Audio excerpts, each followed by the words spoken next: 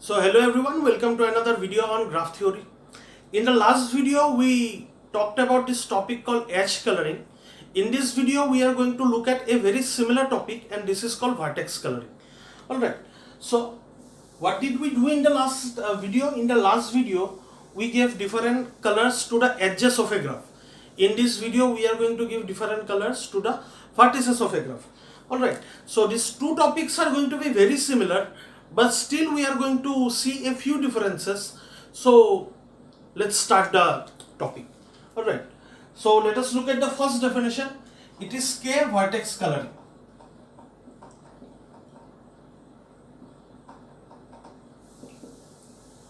So a K vertex coloring is assignment of K different colors, that is your color 1 to color K, okay, to the vertices of a graph G.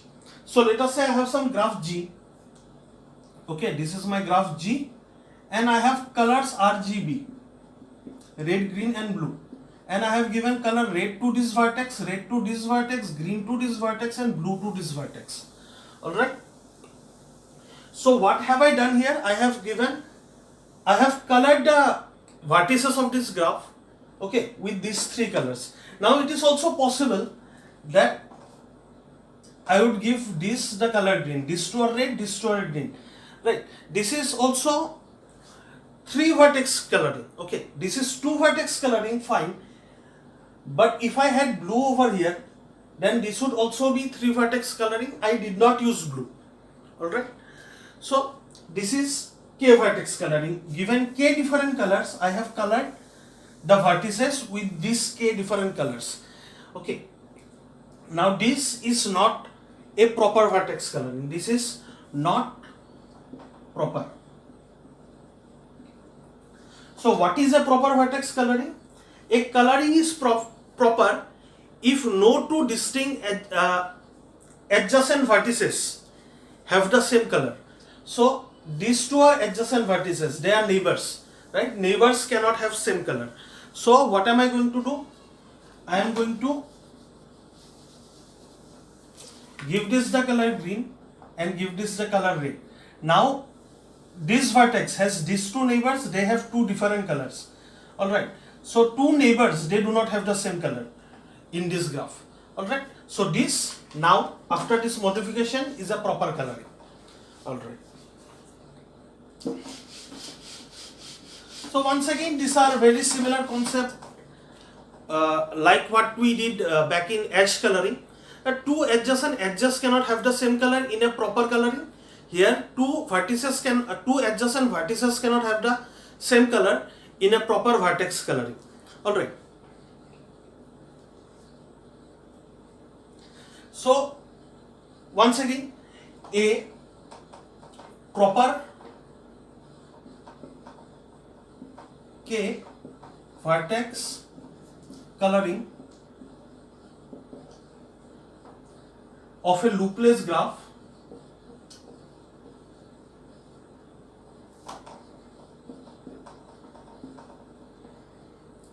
is a partition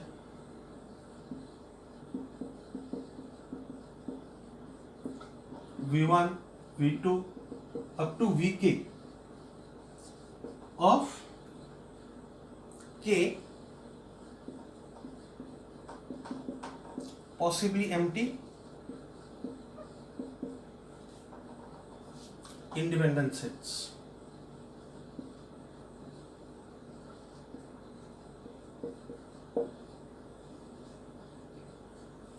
Alright, so a coloring, a proper coloring will color. So say this is my graph, once again going back to that example, simple example. So this is my graph, say I give this red color, I gave this green, I gave this red and I gave this green. Alright, so I have these vertices, say V1, V2, V3 and V4, and say I am given K colors where my K is equal to 3, so I am given color red, green and blue. So what is happening here? This red, okay, this has partitioned these colors have partitioned my vertices of the entire graph. So red has got V1 and V3, green has got V2 and V4, and blue has got this empty partition. Alright, so with this I have partitioned using this color. This is corresponding to red, this is corresponding to green, this is corresponding to blue. Okay, so this is how I have partitioned all the vertices of my original graph. So what does partition means? Partition means all these are disjoint. There is no vertex that belongs to two of these sets. So there is no vertex that has got more than one color. So any vertex, they will have only one color. Okay, and when I union all of this together, I get all my vertices back. Okay, so V1, V2, V3, V4, I get all of the vertices in my original graph back. So that is partition. This is how I have partitioned all the vertices into different subsets. Alright, now on each of this subset is an independent set. Previously in edge coloring, we saw that we partitioned all the edges of the graph in this way. Alright, and each of these subset, each of this partition was a matching. Alright, we saw that in edge coloring. Now I am saying that each of this partition is an independent set. Now I did not define independent set yet. That is what I am going to do next. Alright, so remember, what does this say? This says that a proper k-vertex coloring will partition my entire vertex set into different subset. Some of that might be empty, not a problem. Alright, and then each of them will be, each of this subset will be a independent set. So let us now look at what does independent set mean. It's a very simple concept. A subset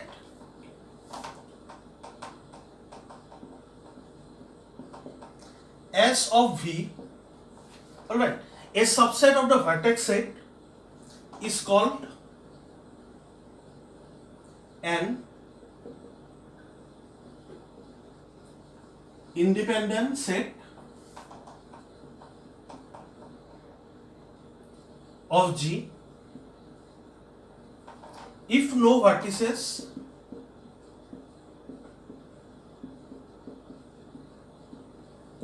of S are adjacent.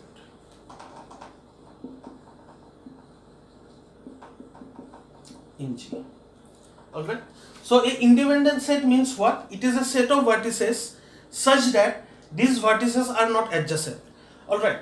So in this graph, going back to my graph that I am using, V1, V2. This is a subset of vertices, correct? But this is not an independent set. Why? Because V1 and V2 are adjacent. On the other hand, V1 and V4, V1 and V3, this is an independent set because V1 and V3, they are not adjacent. There is no edge connecting these two. They are not neighbors. They are not connected by any edge. They are not adjacent. Alright. These two are adjacent. They have an edge connecting these two. So, in a subset, say I have this subset V1, V3, okay, this would be independent, but if I have V2, okay, now V1 and V2 are adjacent to one another, so this would not be independent. Alright. So what does this partition? This partition given by a proper coloring. Alright. So red we have, I gave this to the color red, I gave this to the color green. So red has these two vertices, green has these two vertices, and blue has the empty set. So these two are not adjacent. These two are not adjacent to each other. So this is an independent set and this is an independent set. So this is how when I have a K proper coloring of my vertex set, so that K proper coloring is going to partition my entire vertex set. Alright.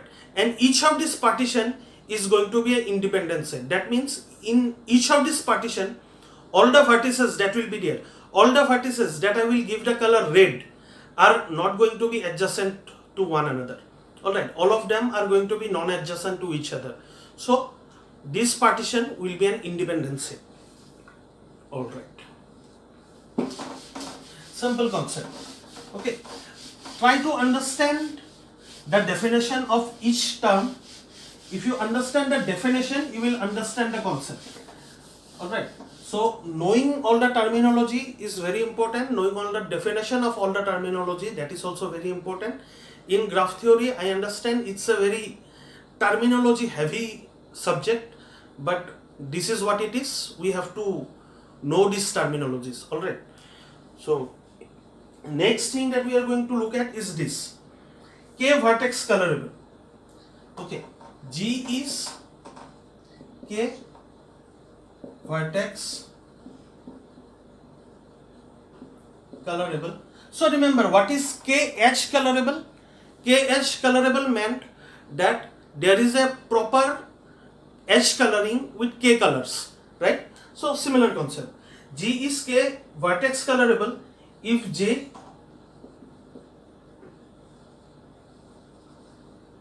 has a proper K vertex coloring. Okay, it has to be proper. So once again, going back to this example, the one that we had been using, this I can color properly with two colors, right? So this is two colorable, two vertex colorable.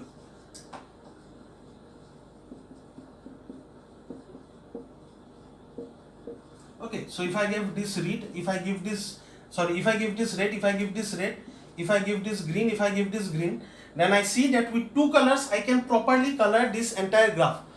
Okay, I can properly color all the vertices of the graph. So this is two vertex colorable. Now if I am given three colors, okay, I can color with three color, that is not a problem. So this is also three vertex colorable. If I am given four color, say yellow also, then I can color with four colors, this is also possible. If I am given five colors, okay, so I will use four of these colors to color these different vertices, and I will not use the fifth color. But I can color with, if I am given five colors, I can color the different vertices properly with those five color. I will use four, I will not use one, but with this five I can color. Alright, so this is also five vertex colorable. So remember this, if this is some 2, okay, if this is some K vertex colorable,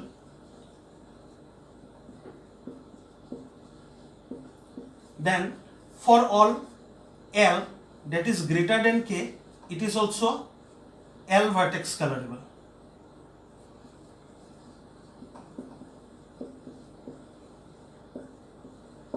Alright? Okay. Now, before I proceed, let us do something with the terminology.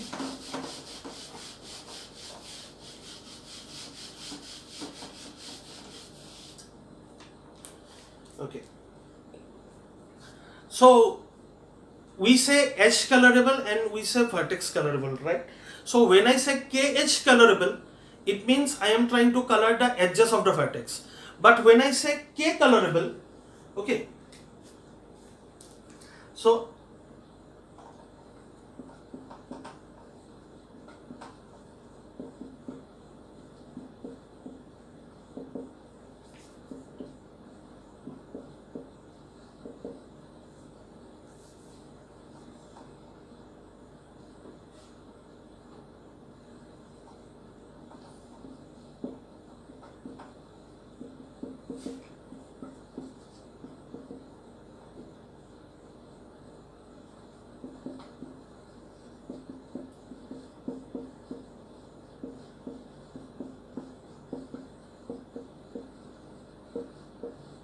alright.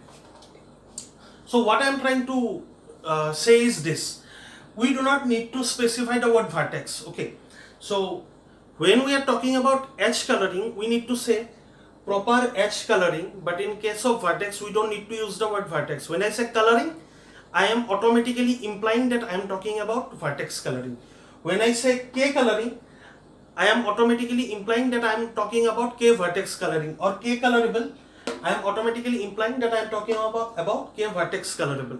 Okay, so if I don't use the word vertex, okay, if I say K edge colorable, then understand that I am talking about edge coloring. If I say K colorable, I do not say vertex or edge. Okay, if I say k colorable, I mean I am talking about k vertex colorable. And once again, this thing also you have to keep in mind. In our course, we are using this word k colorable and proper k coloring and proper k coloring. Okay, in our course we are distinguishing between these two, but very often what will happen is this. If you hear the word coloring, okay, that what is the coloring of the graph, give me some coloring of this graph, they usually mean that they are talking about proper vertex coloring. Okay, and if they are talking about k coloring of this graph, they usually mean that they are talking about proper k vertex coloring. Okay, so you have to understand this from context, number one, and number two, usually in GATE when they talk about coloring, they are talking about proper coloring. Okay, you have to understand it from context. All right, so this word proper might not always be mentioned. All right, so keep that in mind.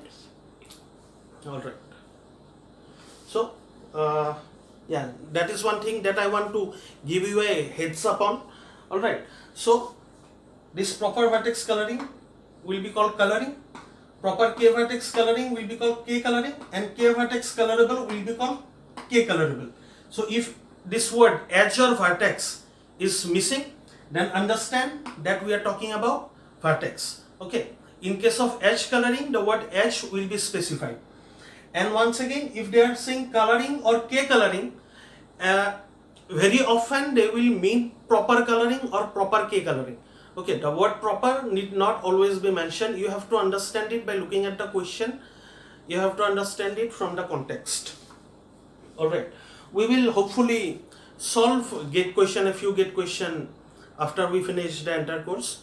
So after that, we will look at question and we will try to understand. All right.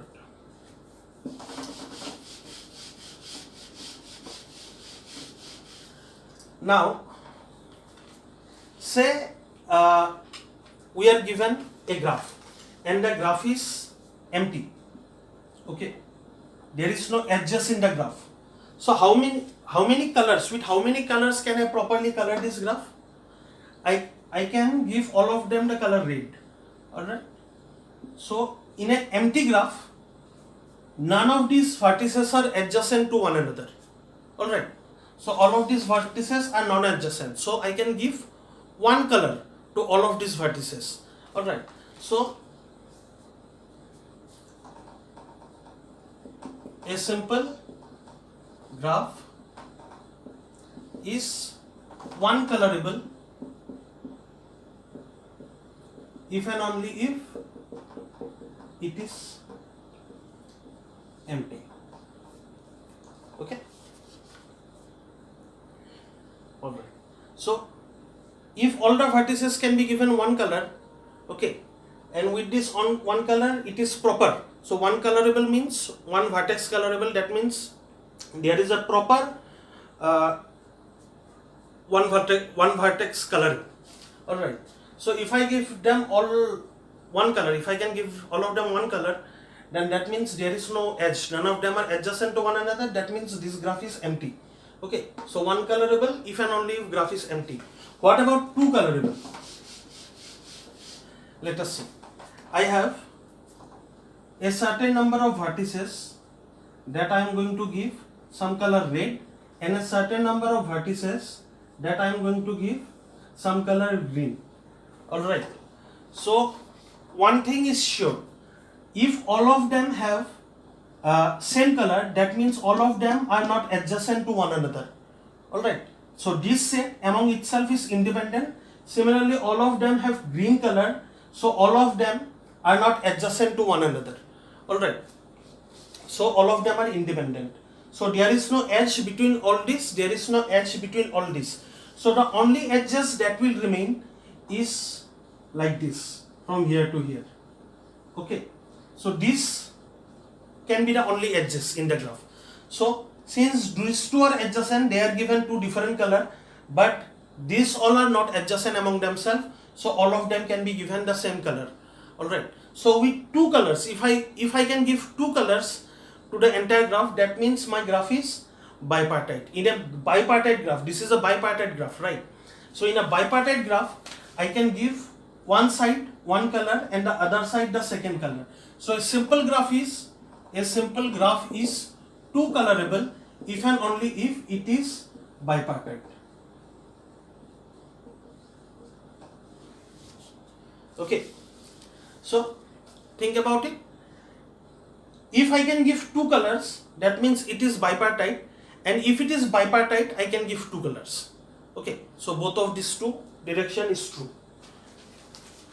Alright, so think about it. If I can give two colors, that means all these that have the first color are not adjacent to one another, so that will be in one set. All these that have the second color will be the other set, and all my edges will be from one set to the other set. Alright, none of my edges will be among this set. Why? Because if there was an edge in this set, then I cannot give both of them the same color, right? So if I can color this properly with two colors, then my graph is bipartite. And if my graph is bipartite, then one set I will give one color, the other set I will give the other color. So it will be two colors. So both of these statements are if and only if. If it is bipartite, then it is two colorable. If it is two colorable, then it is bipartite. If it is empty, then it is one colorable. If it is one colorable, then it is empty. Okay, so remember these two.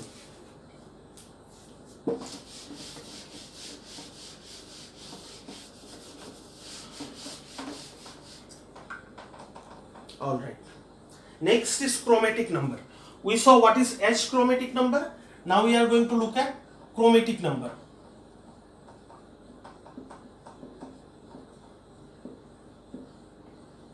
Okay, H chromatic number, we saw H chromatic number of some graph G is given like this with a psi and a bar. Now chromatic number means vertex chromatic number. We don't need the bar. Okay, this is just psi and G. The chromatic number psi of G of some graph G is the minimum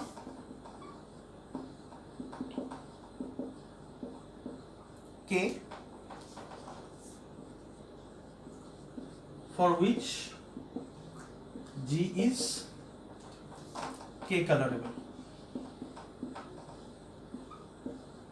Okay. So the minimum number of color needed for a proper coloring of the graph, proper vertex coloring of the graph, is called the chromatic number of the graph. Alright. So if this chromatic number of G is equal to K, then the graph G is called K chromatic.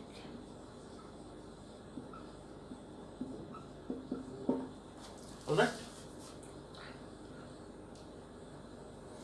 So once again, let's go back to that C4 example that we were doing. This was my example. I gave this red, I gave this green, I gave this red, and I gave this blue. So what am I doing? I am using three colors. So I know this graph is three colorable. Okay. Is chromatic number of this graph equal to 3? No. Why not? Because is 3 the minimum K? So I know my graph is K colorable. This is K coloring with K equal to 3. So this is a proper coloring. So it is 3 colorable. Proper coloring with 3 colors. So this is 3 colorable. Alright. But is 3 the minimum value for which I have a proper coloring? With which I have a proper coloring.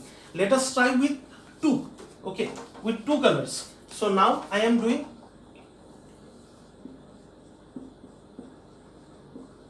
a coloring.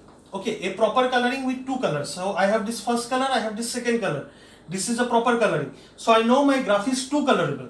Okay, so I know that the chromatic number of G is not equal to 3 because I have some K which is less than this for which I have a proper coloring. Alright, so is this one colorable? So if I give all of this the same color, say red, okay, Is it proper coloring right now? No. I have these two adjacent vertices, both of them have the same color, right? So one colorable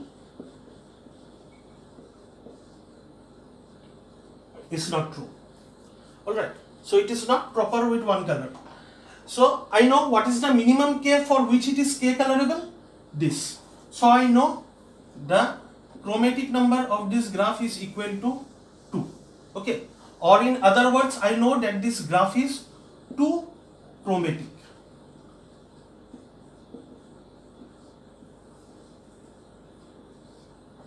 Okay. So yeah, that is what we have. Let us look at more examples.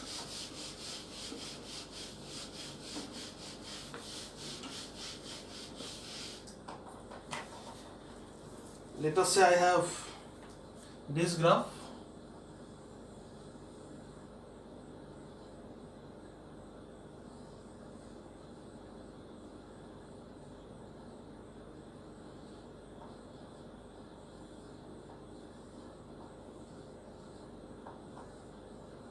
Okay. What is the chromatic number of this graph? So I am going to give this color 1. Okay. So this is my color 1. Now I cannot give all of them color 1. Any of these vertex I cannot give color 1 because all of these vertices are adjacent to this vertex. I have given this color 1. I cannot give any of them color 1. So I am going to give one of them color 2. Okay. Now I have given this color 1. I have given this color 2. So for this vertex I cannot give it color 1 because it is adjacent to this. I cannot give it color 2 because it is adjacent to this. So I have to give this color 3. Okay. Now for this vertex also I cannot give it color 2 because it is adjacent to this. I cannot give it color 1, it is adjacent to this. So I am going to give it color 3. This I can give. I cannot give it 2, I cannot give it 1. I can give it 4. Okay. But I can also give it 2. Okay. So instead of using more color, okay, I can use 2 over here. Then I can use 3, same reason. I can use 2 here. Okay. So now I have done what? I have colored all the vertices of this graph. Okay. And none of the adjacent vertices have the same color. So this is a proper coloring.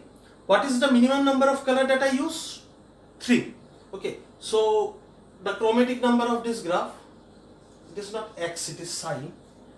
Okay. Of this graph G is equal to 3. Alright. So I could have done this. I could have used 1, 2, 3. I could have used color 4 in here. Then I would have given 4 coloring. But this would not be the minimum number of colors, right? So if I need to find the minimum number of colors. So minimum number of colors with which I can color is 3. Okay. So one more example.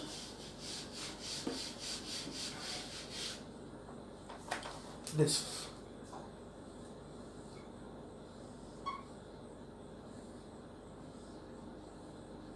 Okay.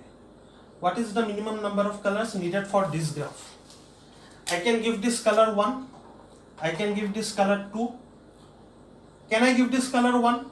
No, these two are adjacent, right? Can I give this color 2?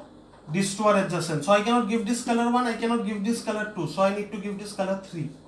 Now, I cannot give this color 1 because these two are adjacent. I cannot give this color 2. These two are adjacent. I cannot give this color 3. These two are adjacent. Okay. So I have to give this color 4. So the minimum number of color with which I can properly color this graph is equal to 4. So this graph is 4 chromatic. The previous graph that we saw, that was 3 chromatic. This is 4 chromatic. My chromatic number of this graph, sorry, this is not bar, okay. This would have been H chromatic. I am trying to find out chromatic number. Chromatic number means vertex chromatic. Okay. So the chromatic number of the graph is equal to 4. Okay. Fine.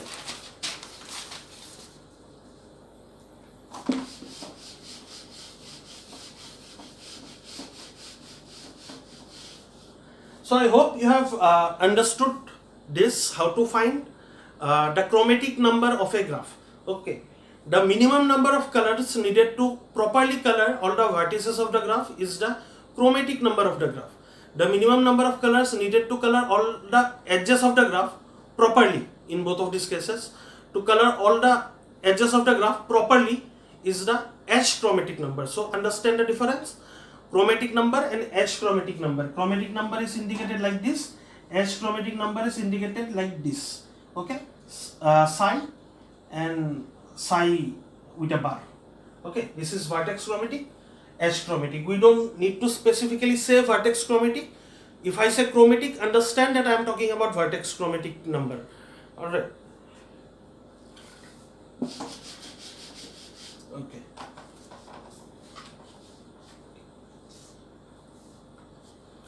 Now let us look at one more definition. A graph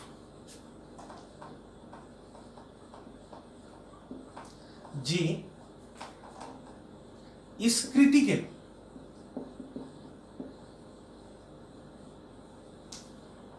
if the chromatic number of H is less than the chromatic number of G for any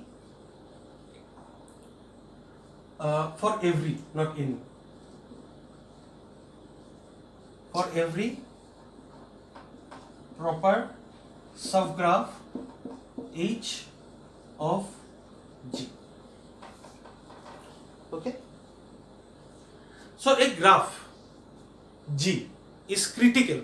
So a graph, we have a graph G, we call this graph a critical graph when, if I remove any vertex or any edge of this graph, what will happen?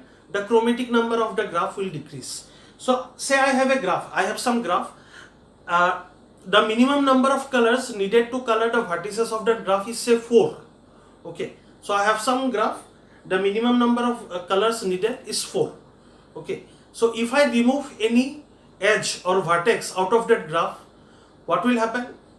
This new graph, this new subgraph, okay, that I will have of this graph, the minimum number of colors needed to color this vertex color, this new subgraph properly, will be less than 4. Okay, so a graph G is critical if chromatic number of any subgraph of this G is less than the chromatic number of G. Okay, for any subgraph, any proper subgraph. Alright.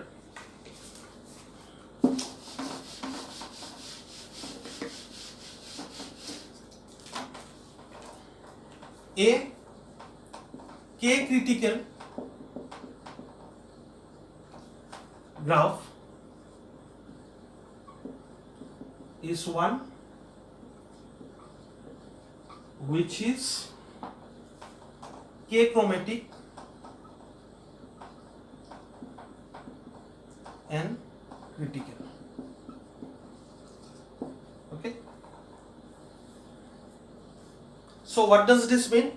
This means a K critical graph, we call a graph K critical graph if that graph is K chromatic. That means the minimum number of colors needed to color all the vertices of that graph properly is equal to K. So if I have a graph which is K chromatic, okay, minimum number needed for proper vertex coloring is equal to K, and if I remove any vertex or edge of that graph, the minimum number of colors needed will be less than K. Okay, so in a K critical graph, what will happen? That graph will be will have a proper K coloring, right? So with K different colors, I will have a proper coloring of that graph. Any proper subgraph, if I remove any vertex of that graph or any edge of that graph, what will happen? This new graph will have K minus 1 coloring. So number of colors needed will be less than K. So previously K colors was the minimum number of colors. Chromatic number previously was K. If I have a subgraph, if I have a proper subgraph, that is I remove any vertex or edge, okay, then this new graph will need less than K colors. Okay, that is the definition of critical graph. So less than K means with K minus 1 color, I can have a proper coloring. Okay, we will talk about this in a few minutes. Now understand this, every K chromatic graph has a K critical subgraph. Okay, so you give me any graph and this graph can be is K chromatic. Okay, so you give me any graph, this graph I can color all the vertices with K different colors. What I will do, I will keep on removing edges and vertices such that I will reach a point after which if I remove one more edge or vertex, I will get a subgraph that can be colored with less than K colors. Okay, so remember this fact, every K chromatic graph has a K critical subgraph. Okay, every that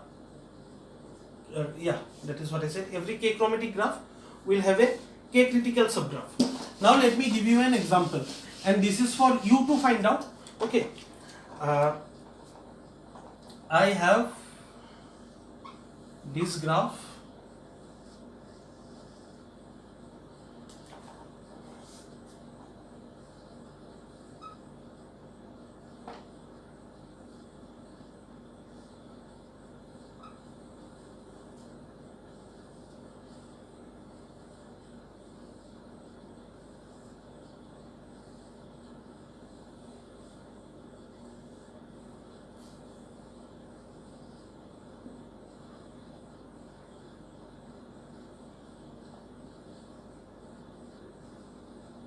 Okay, I have this graph. Okay, this is called Groth's graph.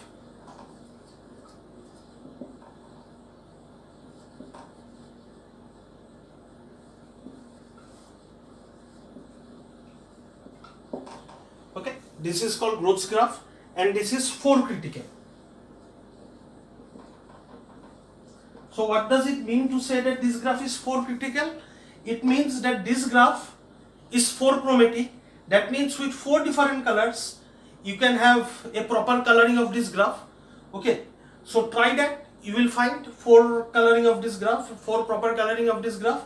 So with 4, this graph is 4 chromatic. That means minimum number of colors needed to properly color this graph is equal to 4. So try with 3. Okay, this entire graph, try to have a proper vertex coloring with 3 different colors. Okay, if you can find, contact me, but you will not be able to find, and then try with 4. Okay, with 4 colors you will be able to find a proper vertex coloring of this graph. Alright, so this graph is 4 chromatic and this graph is critical. Okay, so therefore this graph is 4 critical. What does it mean to say that this graph is critical? If you remove any vertex or edge of this graph, if you take any proper subgraph of this graph, you will be able to color that subgraph with 3 colors. So try that also. Okay, so this graph is a 4 critical graph. Alright.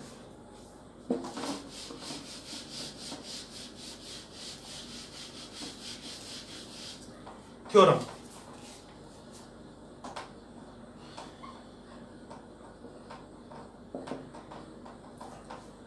If G is K critical, then minimum degree is greater than or equal to K minus 1 in the graph. Okay, if a graph is K critical, then minimum degree in that graph is greater than or equal to K minus 1. Let us prove this, and we will prove this with contradiction, and for the sake of contradiction let us assume that G is K critical and minimum degree is less than K minus 1. Okay.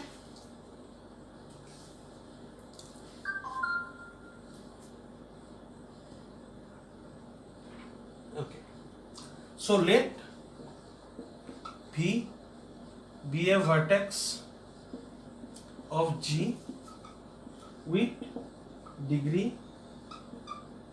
D delta. Okay.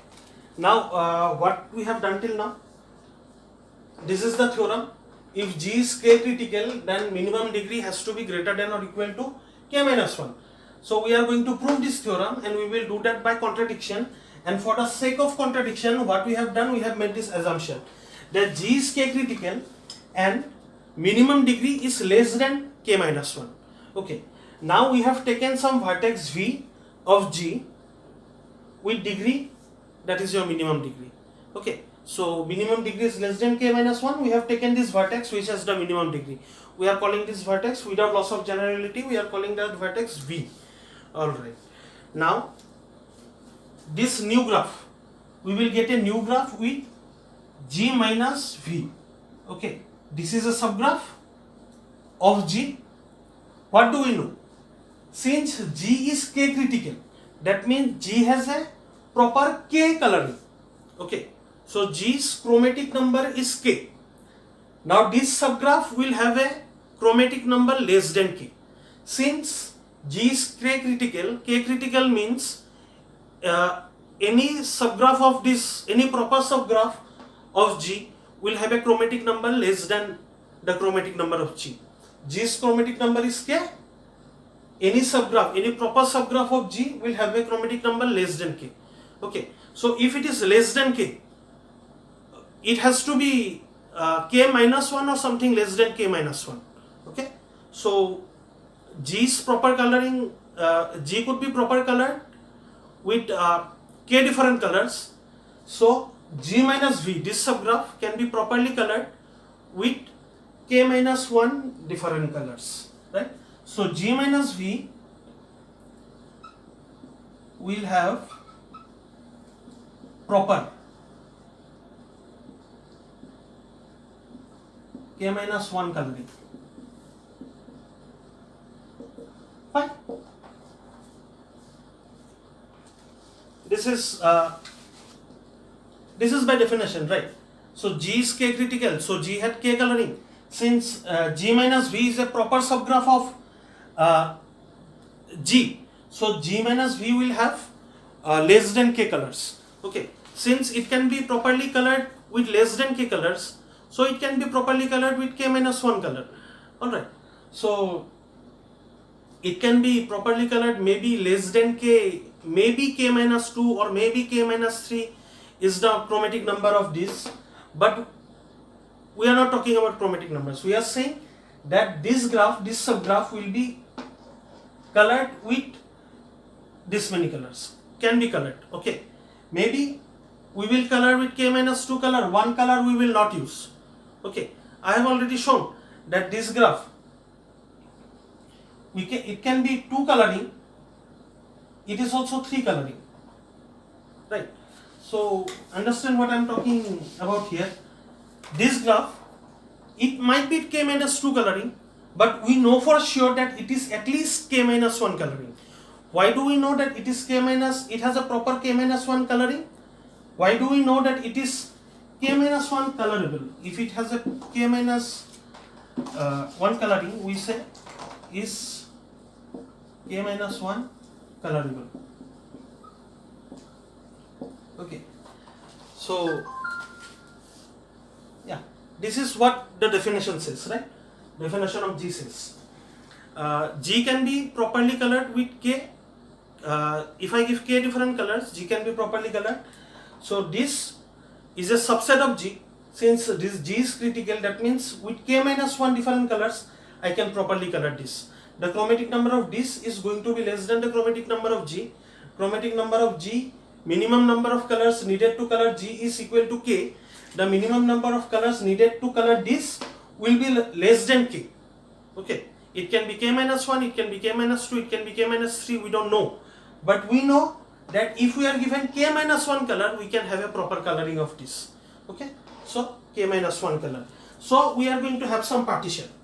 Okay, so this color will do this partition V1, V2, dot dot dot, V, K minus 1. Alright. So this is the partition that this coloring is going to give us. This is the partition of all the vertices.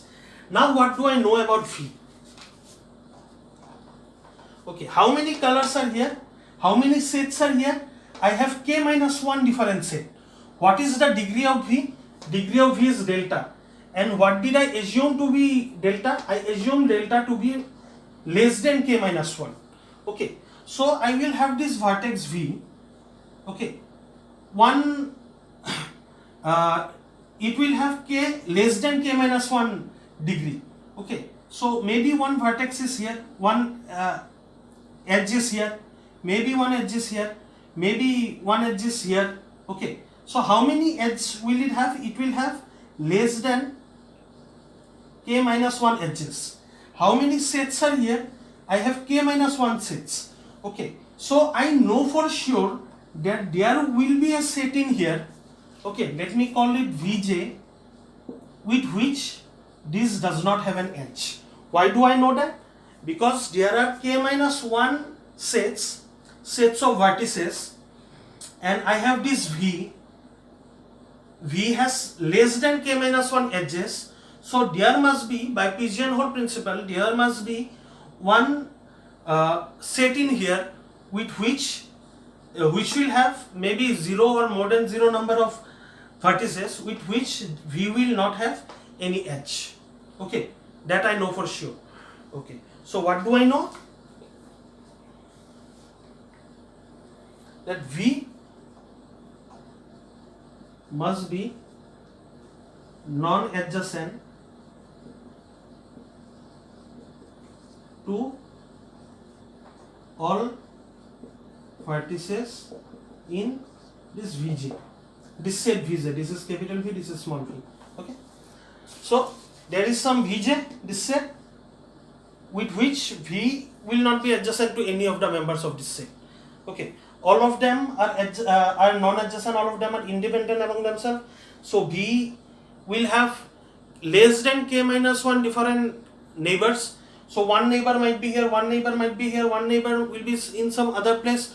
So in worst case scenario, we will have what? We will have one neighbor in each of these vertices. Okay, but V has less than k minus 1 neighbor. So there will be some edge, there will be some set with which V has no neighbor. Okay, in this set V has no neighbor. Okay, so what can we do?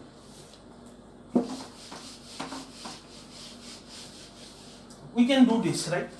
So this, all the vertices in here are given color 1, all the vertices are here are given color 2, all the vertices in here are given color k minus 1. Okay, so this is a k minus 1 coloring. All the vertices in here are given color j. Okay, and none of these vertices are adjacent to V. Okay, none of these vertices are adjacent to V. So what can I do? I can give this V the same color as J, right? So I am going to do one more coloring. I am going to do V1, V2 like before, and then Vj union V, and then so on like before. I will have the rest of the color as it was before. Okay, so think about it. This Vj has a certain number of edges. Okay, and they are independent. They do not have edges. Vj has certain number of vertices and they are independent. They are not adjacent among themselves, and none of them is adjacent to V. So what can I do? I can give V the same color as this. Okay, because this and V are not adjacent. So what do I have now? This is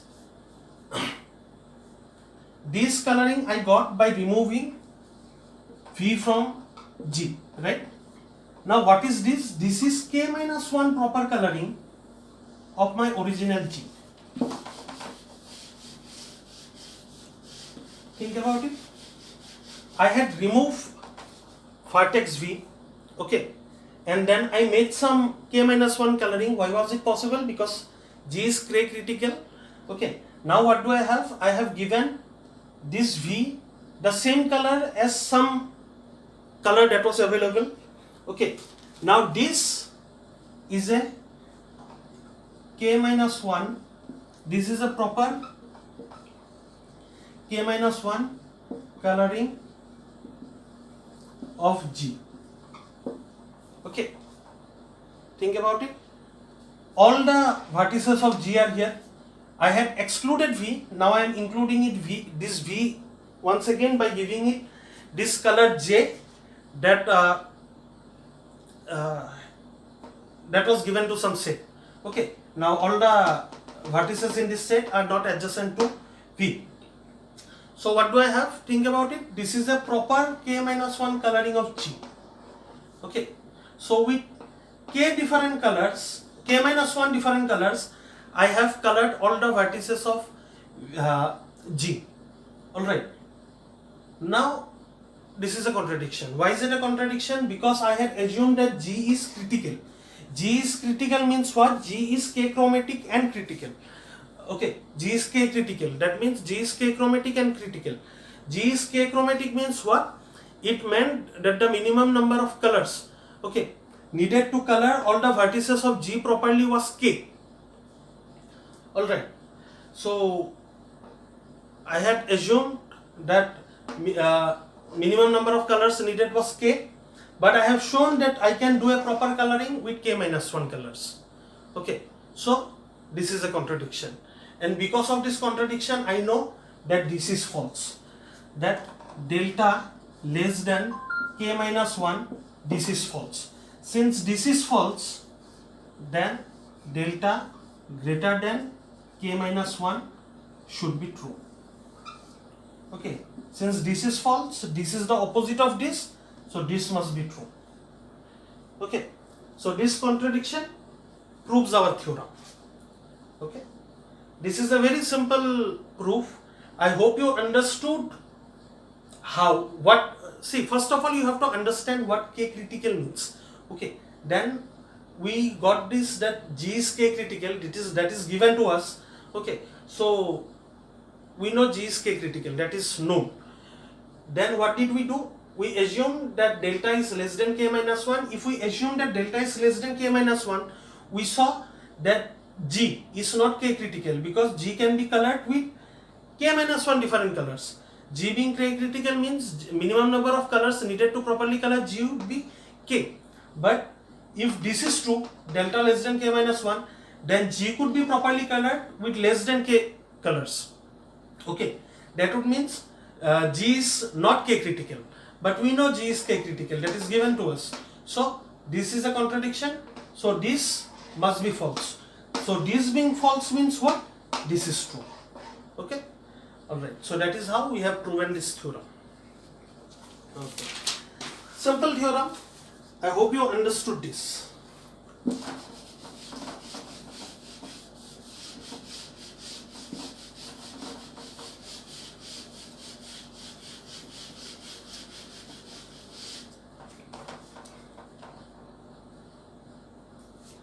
Okay, I have some corollary.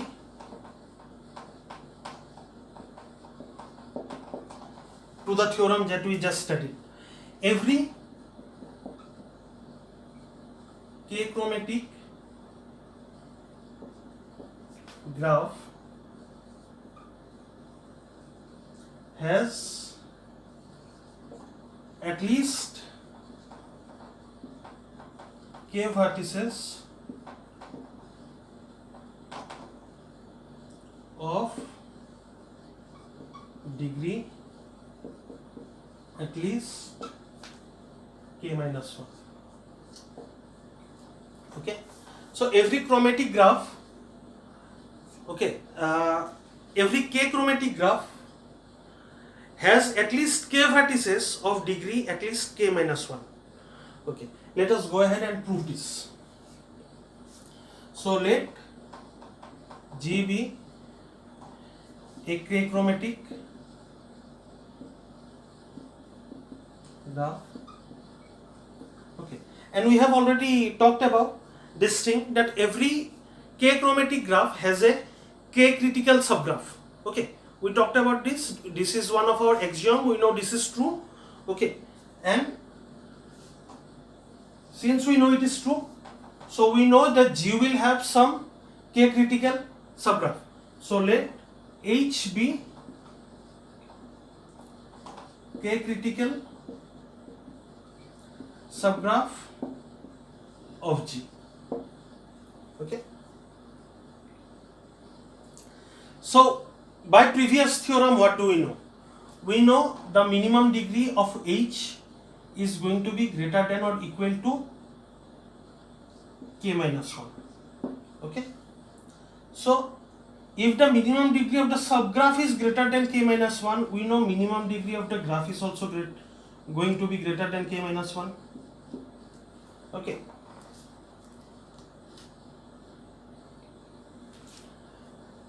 Alright. Now what do we know? I hope you understood this. This we got from our previous theorem. Minimum degree of this subgraph is this. So minimum degree of the normal graph also has to be this. Alright. Now H is k critical. That means the minimum number of colors needed to properly color all the vertices of H is k. Okay. H is k critical means H is k chromatic and critical. So k chromatic means the minimum number of colors needed to color all the vertices of H is k. So I need k different color to color all the vertices, minimum k different color to color all the vertices of H properly. Alright. So minimum number of color is k. So I know I am going to give at least k different colors, right? So there must be at least k different vertices. Think about it. If there is less than k vertices, then what will happen? I will need less than k colors, right? So minimum number of color needed will be less than k. So since I need k colors minimum, so there must be at least k vertices. So I know H has at least k vertices. Okay. So H has at least k vertices, and I also know that my graph is k chromatic. Okay, so my G has at least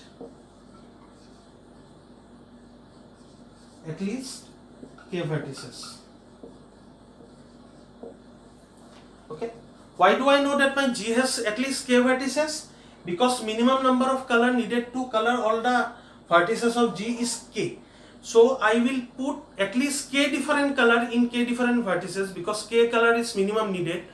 So if I put different color, this k different color, so k vertices must exist.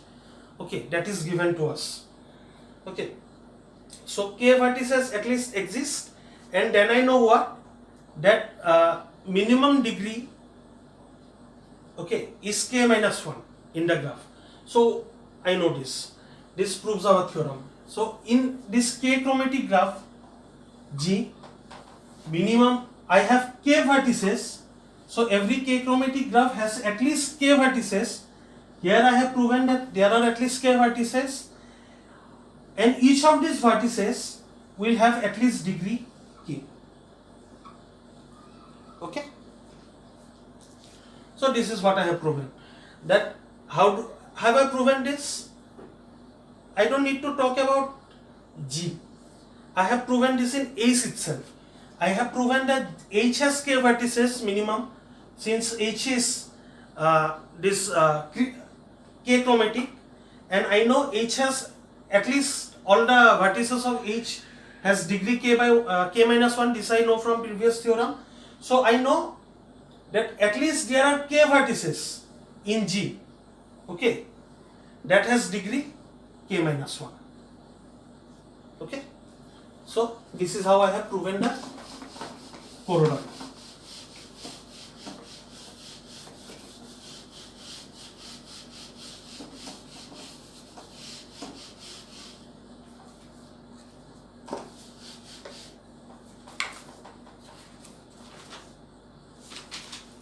Okay, next let us look at this. Simple. If I have a complete graph, okay, say I have this graph K4.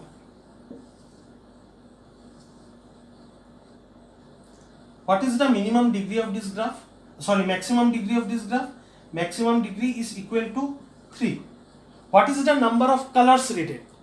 In any Kn, okay, maximum degree is equal to n minus 1, and all of these vertices are connected to each other. So all of the vertices are adjacent to each other. So all of these vertices I have to give different colors. Alright. So the number of color needed is equal to n. Okay. So in complete graph I have this. In complete graph, of some chromatic number of some complete graph is equal to maximum degree plus 1. Okay, that is n. That is your n minus 1 plus 1 equal to n. Okay, so in a complete graph, if the number of vertices are n, I will need n different colors. Why? Because all of these vertices are adjacent to one another. Similarly, I want to talk about this graph. This is C5. Okay, C5, a cycle with 5 vertices. Okay, or I can talk about some Cn in general where n is odd. So I am talking about odd cycles. Okay, cycle graph with odd number of vertices. What is the maximum degree? 2. So maximum, minimum, all the degree is equal to 2. Okay. What is the number of color needed? I can give this color 1. I can give this color 2. I can give this 1. I can give this 2. I cannot give this 1. Okay. I cannot give this 1 because these two are adjacent. I cannot give this 2 because these two are adjacent. So I will have to give this 3. Okay. So once again, here minimum number of color for proper coloring is equal to maximum degree plus 1. Okay, so essentially I need 3 colors. Okay, so I have talked about complete graph,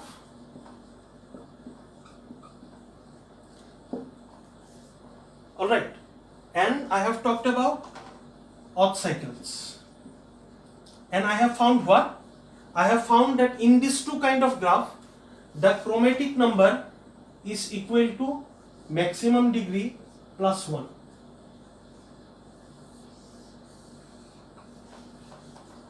Okay, fine. I hope you understood this. Very easy to understand.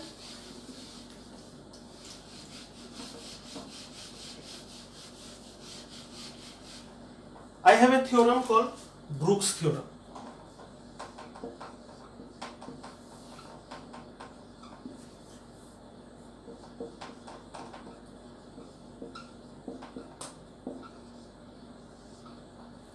Alright, it says if G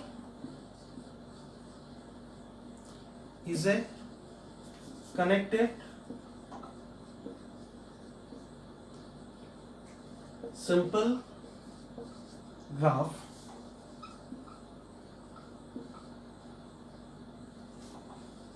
and is neither an odd cycle or a complete graph, then chromatic number of G is less than or equal to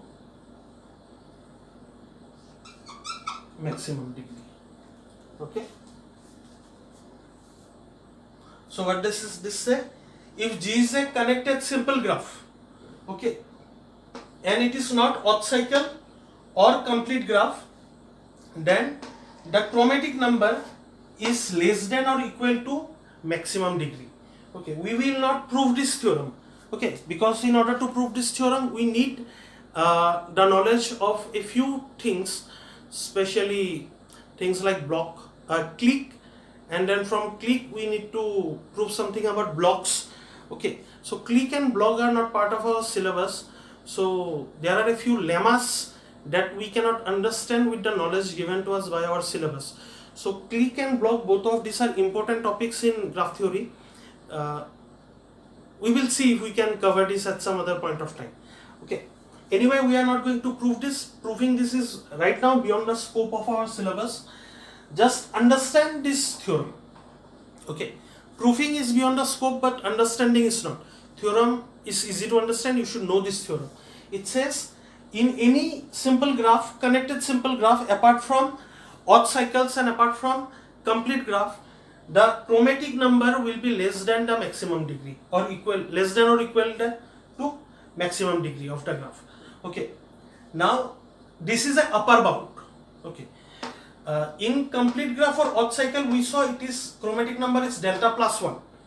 In all other graph, chromatic number is less than or equal to delta. Alright, now this is a upper bound. Why? Let me give you an example. Chromatic number might be far less than delta. Okay, I will show this with an example. Let us say I have this this graph K 100 100. Okay, so this is a complete bipartite graph with 100 vertices in this set and 100 vertices in this set, and all of these are connected to all of this. All of the vertices in this set is connected to all the vertices in this set. So what is the maximum degree? Since this has 100 elements, this set has 100 elements. All right, so this vertex in this set is connected to all the vertices in this set. So this is connected to 100 vertices. So maximum degree is equal to 100. Okay, so Brooks theorem tells us that the chromatic number is less than 100. Okay, this is true. The chromatic number is less than 100. Okay, less than or equal to 100.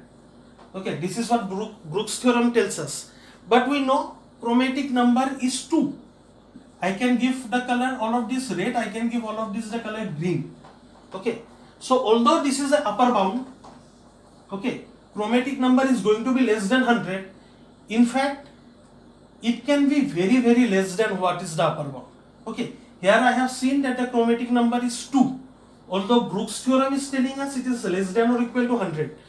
It is true that it is less than or equal to 100, but it is actually very, very less than equal to 100. Okay, it is very much less than 100. So this is the upper bound, but be conservative about this.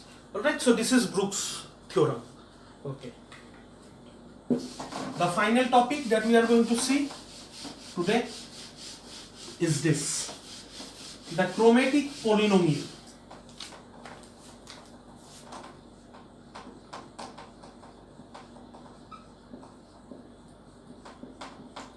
Chromatic polynomial.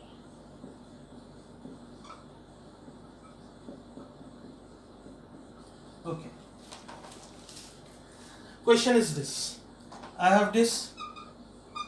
This is obviously K3, or you can say it is C3, but I am calling it K3. The complete graph with 3 vertices. Okay. So I know in a complete graph I will need, if I have 3 vertices in this complete graph, I will need 3 different colors. Okay. And this is obvious. I need this color 1, I need this color 2, I need this color 3. Okay. So I need minimum 3 colors. Okay. Here is my question: how many different distinct coloring can I have of this graph? I can have this. This is color 1, this is color 2, this is color 3. I can have this color 1, I can have this color 3, this color 2. Or I can have this as color 2, this as 1, this as 3. I can have this as 2, this as 1, this as 1, this as 3.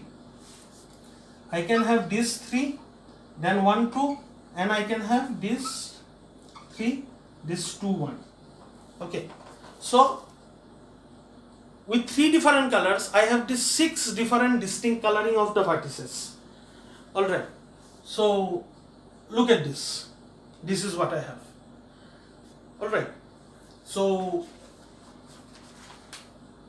chromatic polynomial, okay, is going to give us some formula using which I can find this. Okay, I can find how many different ways do I have to color all these different vertices. So what was my question here? My question was, I was given 3 colors, right? 1, 2, 3. Or I was given 3 colors. RGB. Okay, so with 3 colors I had 6 different colors. Okay, now if I were given 4 colors, in how many ways can I color? I can do this. I had, out of this 4 color, I can take RGB. I can take only 3 colors, right? Since there are 3 vertices, I can use 3 colors. So I can do this 6 with RGB, then I can do another 6 with, say, GBY, then another 6, say, with RBY, another 6 with, say, what else do I have? RGY, yeah, RGY.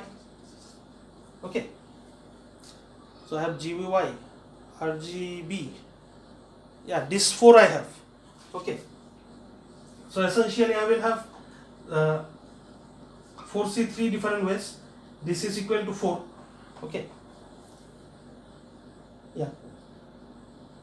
yeah, so I will have 4 different combination out of this. So each of this is going to give me 6 different coloring.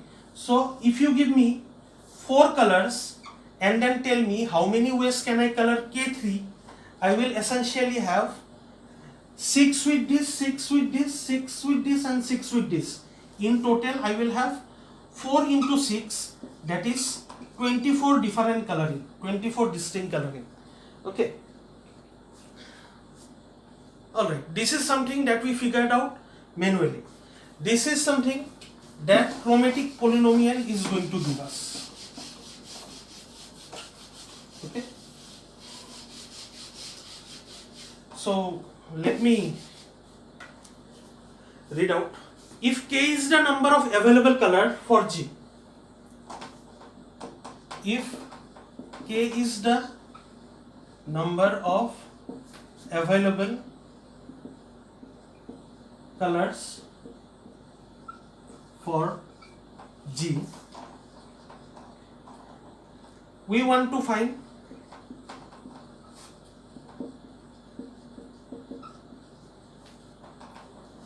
a chromatic polynomial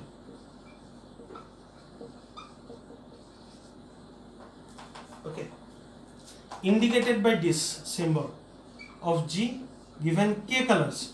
We are giving K colors and a graph G.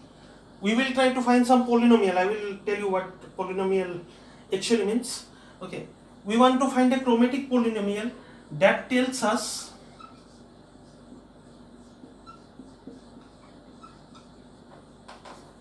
how many ways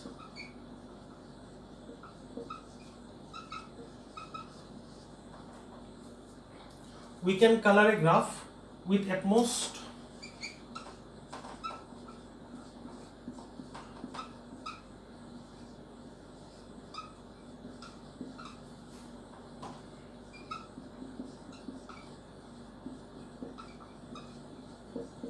K colors. Okay, this is chromatic polynomial. Alright. So if K is the number of available colors, we are given K colors, we want to find out something, some polynomial called called a chromatic polynomial indicated by this, that tells us how many different ways can we color this graph. Can we have a proper coloring of this graph? Okay, so let us look at this with an example.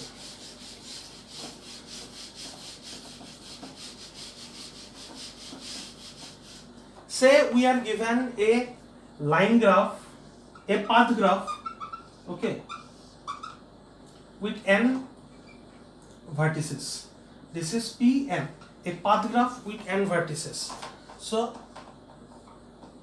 how many different ways can we color this graph?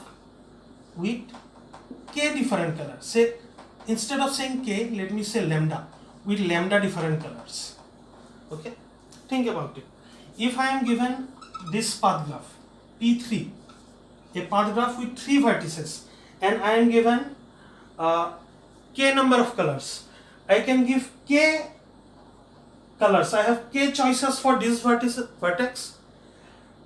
After this is done, okay, how many choices will I have remaining for this vertex? I will have k minus 1 different choices for this vertex. Alright. How many choices do I have left for this vertex? Think about it. I had k choices for this, right? Then this color that I gave over here, I cannot use here. Okay. So I had k minus 1 choices here. How many choices do I have left here? Some of you might be thinking k minus 2. Okay. But this is in fact k minus 1. Why? Because I had k colors. This I have used here, first color. This second color I have used here. I can use first color again here. Okay. Only one color I cannot use over here.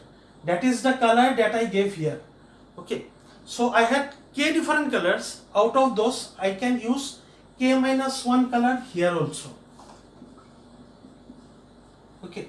For example, if I had say RGBY, if I had 4 choices here, okay, if I chose red here, okay, so I have red I have used, I have RGBY, these 4 choices here, red I have used, so I have GBY, 3 choices here, okay, say I have used green here, okay, so how many choices do I have here? Do I have only B and Y? No, I have R, B and Y, okay, I cannot use green here, but I still have 3 choices. I have k minus 1. I had k choices here. I had 3 choices, 4 choices here, k minus 1, 3 choices here. I had k minus 1, 3 choices here. Okay, so similar logic I can apply here. I will have k choices here. I will have k minus 1 choices here. After using this one choice, I will have rest remaining here. After this one choice, I will have the rest remaining here, k minus 1. I can use this again here. Similarly, k minus 1 here and k minus 1 here. Alright. So, what do I have? How many choices in total? I have k choices for this. Then k minus 1 choices for this into k minus 1 choices for this and so on. How many times? K minus 1 choices for this. So for the first vertex, I will have k choices. For all other vertex, k minus 1. How many times is this k minus 1 being multiplied? This many times. That is your n minus 1. Okay. This path graph had n vertices. Okay. Out of this n vertices, first one has k choices. All these n minus 1 vertices has k minus 1 choices. Okay. So this is a polynomial equation. This polynomial equation, to find the number of distinct coloring given k colors, I am talking with lambda, right? So instead of k, I should be writing lambda. So given lambda colors, I have lambda, lambda minus 1, lambda minus 1, lambda minus 1. So this should be lambda, this would be lambda. Okay. Had I written k here, k colors, okay, then I would have written k. Does not matter. So this is the number of color. Okay. This equation gives me what? Given lambda color and given this many number of vertices, how many different ways can I color this different vertices? Alright. So this is what I have. This is my chromatic polynomial for this graph given this many colors. Okay. Let us now try to find for another graph.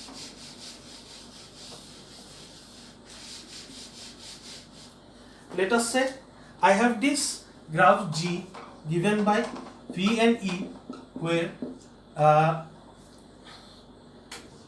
cardinality of V is equal to, say, this small v, and this set of edges is empty.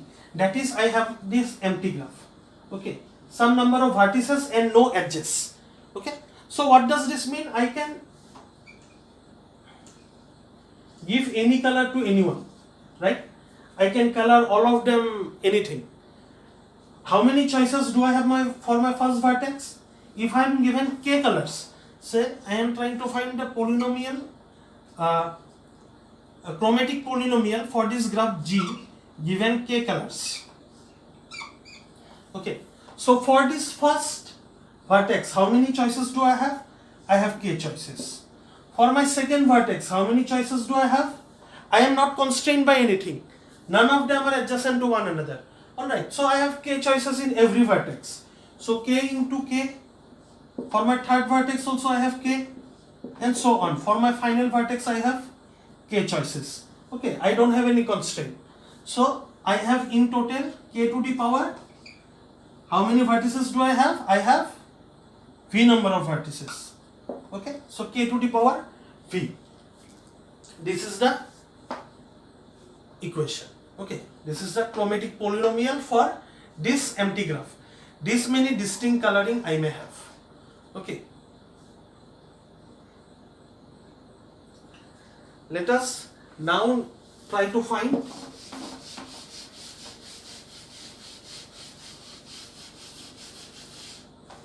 for the complete graph Kn. So chromatic polynomial for Kn given lambda color. Okay, so Kn, I have a complete graph. Okay, for the first vertex I have how many choices? I am given lambda colors. I can give lambda color to all of I have lambda choices. Okay, for my second I have lambda minus 1. For my third I have lambda minus 2. For my nth, how many do I have? For my nth vertex, how many choices do I have?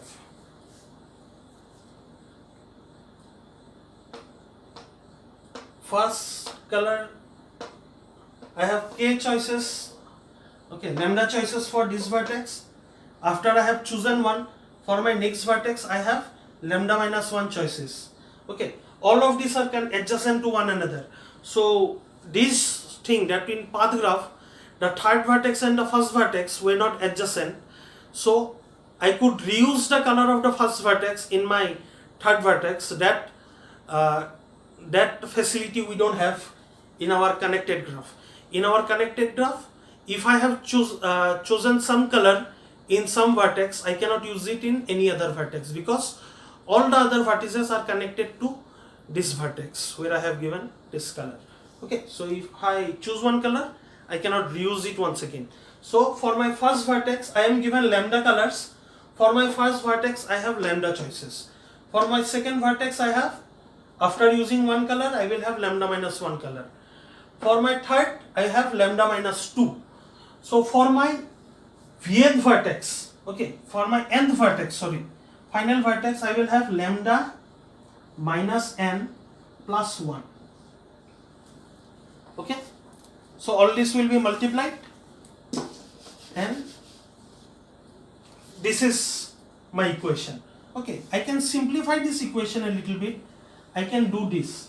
I can have lambda minus 1 into lambda minus 2, so on, lambda minus n plus 1.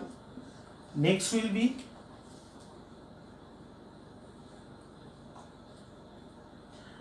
this is actually this, right? Lambda minus, since second is lambda minus 1, nth will be lambda minus n minus 1. If I remove this bracket, it will be lambda minus n plus 1. Alright. So next would be here lambda minus n, then so on up to 1. Okay. This I have multiplied here extra. This was my original part. Since I have multiplied this, I have to divide by this. This is lambda minus n and so on up to 1. This equation is, these two will cancel each other. So I have multiplied by this, I am dividing by this. This is lambda factorial by lambda minus n factorial. Alright.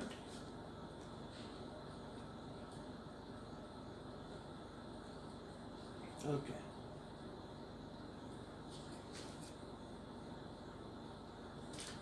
So this is the chromatic polynomial for a complete graph. Okay, now let us try to see one thing. We already figured out the number of colors needed for a complete graph with 3 vertices, right? This is polytic for kn with lambda color. Okay, so we already figured out for k3 with 3 colors. K3 with 3 colors will be what? 3 factorial by 3 minus 3, that is 3 minus 3 factorial, that is your 3 factorial by 0 factorial. 0 factorial is 1, 3 factorial is 6. So as we found when doing manually, with 3 colors we could have 6 6 different distinct coloring.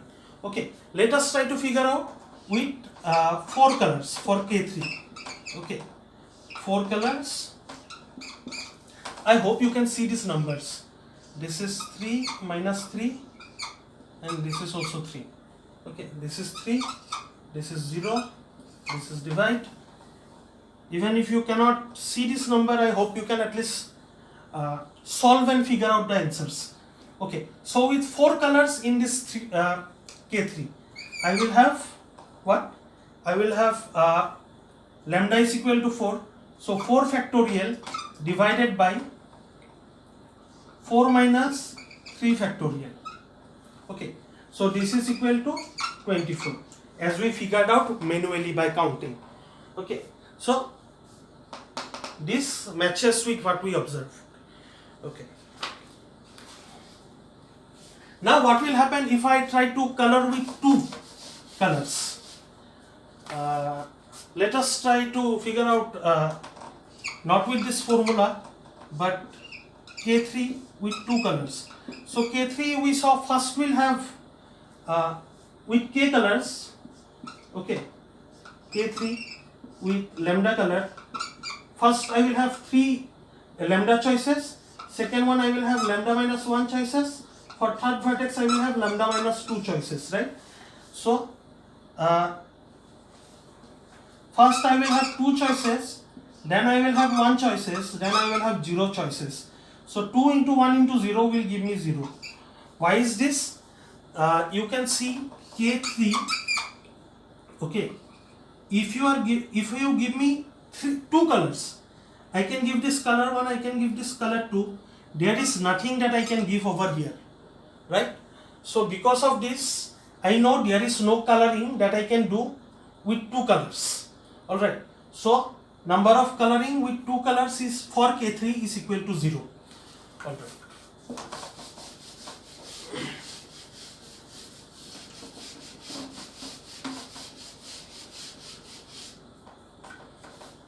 Okay.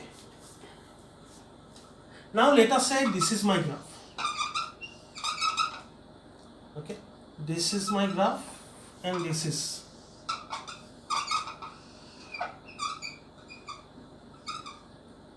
This is my graph, say. Okay, so my graph is disconnected, as you can see, and it is composed of one path graph and a K3. Okay, so I have P3 and K3 over here. So what will I do? What will be? Say my complete graph is equal to G. Okay, G is a disconnected graph and it has 2 components. One of these components is P3, one of the other components, the other component is K3. Okay, so 2 components. How many? What is the chromatic polynomial? How many coloring will I have? Okay, if I am given K colors, okay, so or say I am given lambda colors, in how many ways can I color it? So I know if I am given lambda color, this I can color in how many ways? This I can color in this chromatic polynomial with for P3 given lambda color. Okay, and this I can color in how many ways? This I can color in this chromatic polynomial K3 with lambda color. Okay, let me try to change my pen. Hopefully this pen is a bit better. Yeah.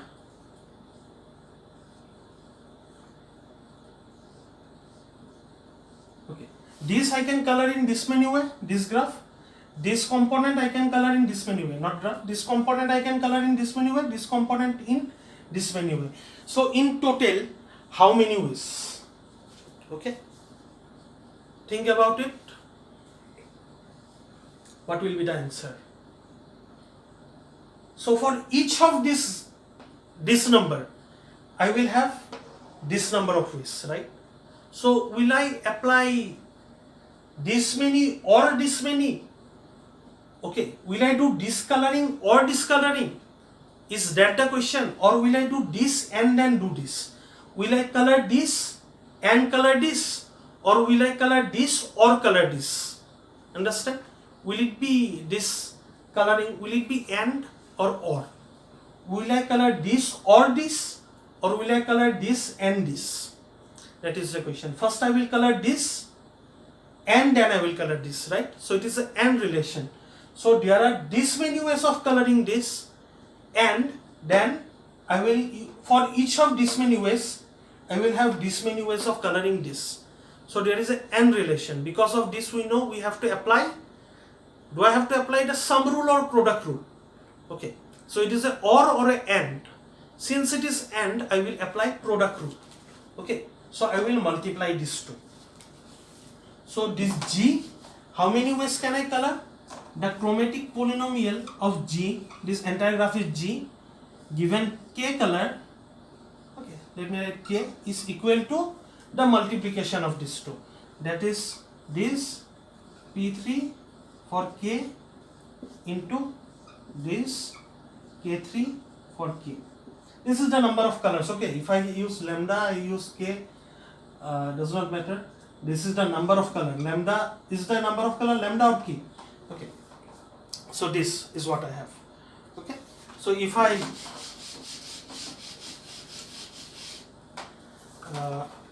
expand this, I will have,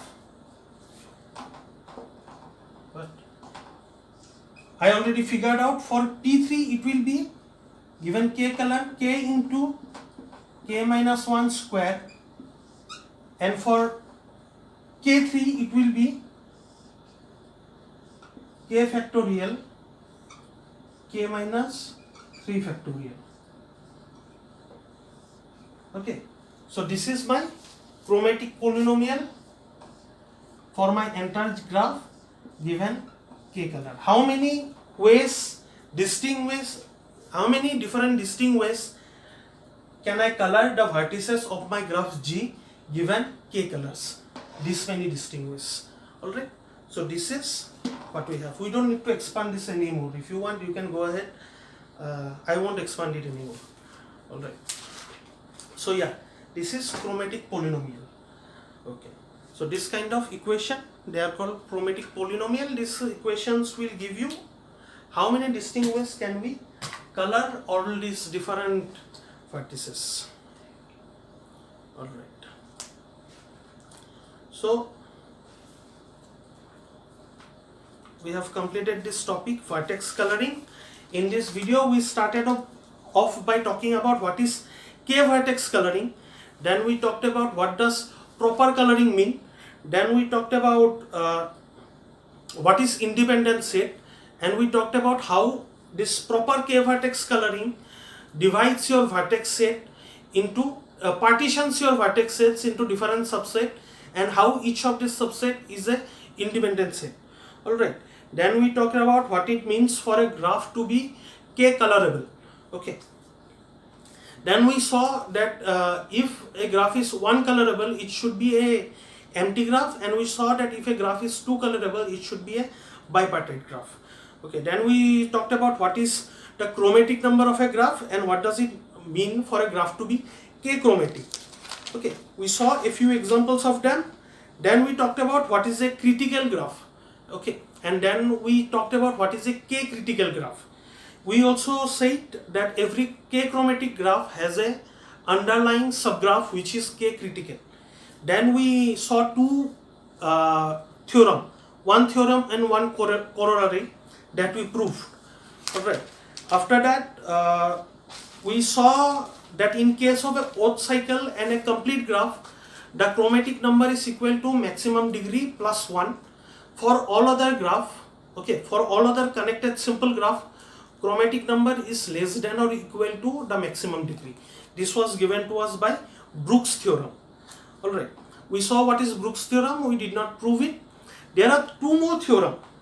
Let me read out the theorem. The first theorem is this: in a critical graph, no cut vertex is a clique. Okay, and then the corollary is every critical graph is a block.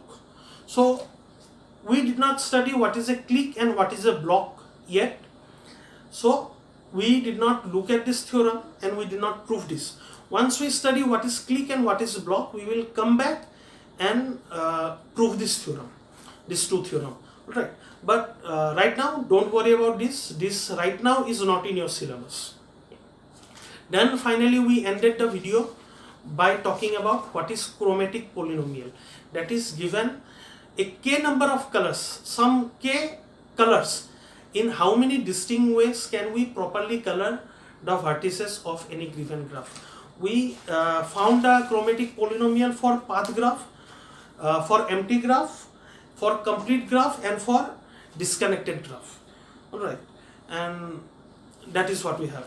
So with this we have come to the end of this topic, that is your edge coloring. In the next video we will talk about planar graph. I hope you understood everything in this video. If not, you can of course WhatsApp me, you can mail me, or you can write your doubt in the comment section below. Okay, thank you for watching this video. See you in the next video.